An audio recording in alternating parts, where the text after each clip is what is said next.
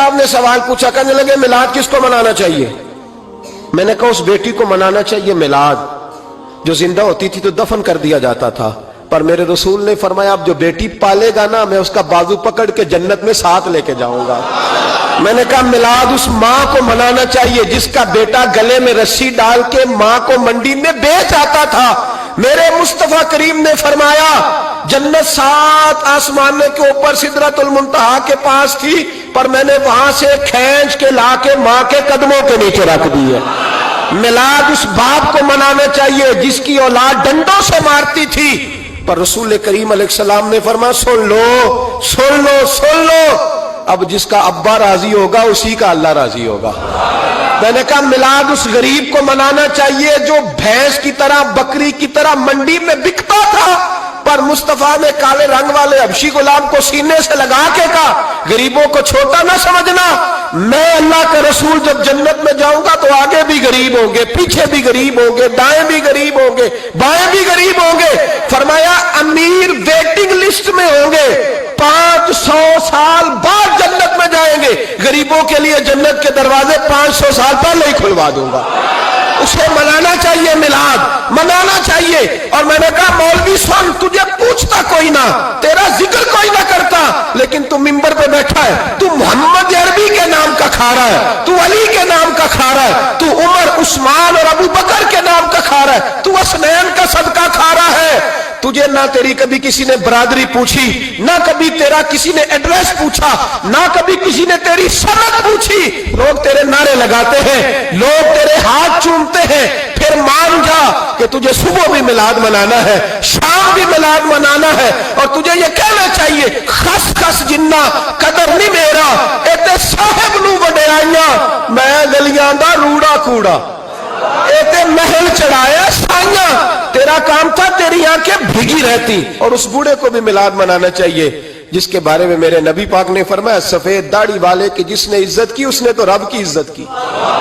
اس نے تو رب کی عزت کی میرے بھائی۔ اس مزدور کو بھی میلاد منانا چاہیے جس کے بارے میں نبی پاک نے فرمایا جو اپنے ہاتھوں پہ چھالے ڈال کے مزدوری کرتا ہے میں نے تو اسے رب کریم کا دوست بنا دیا ہے۔ ہر اس طبقے کو میلاد منانا چاہیے جسے میرے رسول نے عزت عطا فرمائی۔ اس بہن کو بھی میلاد منانا چاہیے جس کے بارے میں نبی پاک نے فرمایا اگر کسی کا باپ چلا جائے اور اس کے حصے میں بہنیں آ جائے، 4 بہنیں، 3 بہنیں یا 2 بہنیں بیاہ کے جو آیا تم پہ سے، میرے محبوب نے فرمایا میری انگلیاں جڑی ہوئی ہیں نا، اس طرح میں اسے اپنے ساتھ جوڑ کے جنت میں لے کے جاؤں گا۔ اس بہن کو میلاد نہیں منانا چاہیے۔ میرے رسول پاک نے فرمایا جس کی بیٹی واپس آ جائے، طلاق ہو گئی یا بیوہ ہو گئی، واپس آ گئی، نام بچ سکی، واپس آ گئی، فرمایا واپس آنے والی بیٹی کی جو باپ خدمت کرے گا، میرے رسول پاک فرماتے ہیں میں قیامت میں اس کا سفارشی بنوں گا۔ تو اس بیوہ کو اور طلاق یافتہ کو میلاد نہیں منانا چاہیے، وہ اس رسول کا ذکر نہیں کرے گی جس نے اتنا درجہ دے دیا، اتنا نواز دیا، اور تجھے تو صبح و شام میلاد میلاد کرنا چاہیے تھا، تجھے تو صبح و شام درود درود کرنا چاہیے تھا، سلام کے گجرے بھیجنے چاہیے، یا رسول اللہ کہتے تیری زبان جو ہے وہ ہر وقت تر رہنی چاہیے تھی، تو بحث کر رہا ہے، تو اس پہ دلیلیں دے رہا ہے، تو اس پر باتیں کر رہا ہے۔ حضرت عمر سے پوچھنا،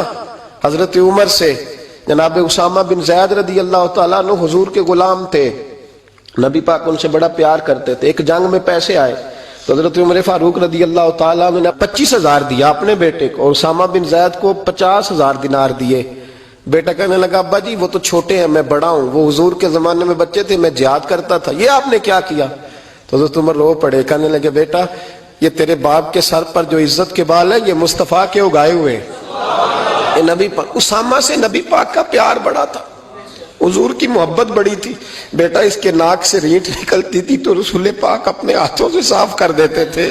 حضور اس کو گود پہ بٹھاتے تھے۔ میں کیسے بھول جاؤں رسول پاک کے احسانات کیسے۔ حضرت عمر جا رہے تھے تو مکے کے رستے میں ایک تنا آیا، کھجور کا خشک تنا، حضرت عمر نے اس کو بازوؤں میں لے کے رونا شروع کر دیا۔ عمر کیا ہوا؟ کہنے لگے یہاں تو میں اونٹ چرایا کرتا تھا، یہاں، اور میرا باپ مجھے مارا کرتا تھا، دیکھو آج عمر نعرہ لگاتا ہے تو کیسر و کسرا کہاں، او بھائی اصلہ نال جے نیکی کریے، ہاں ہاں ہاں ہاں اصلہ نال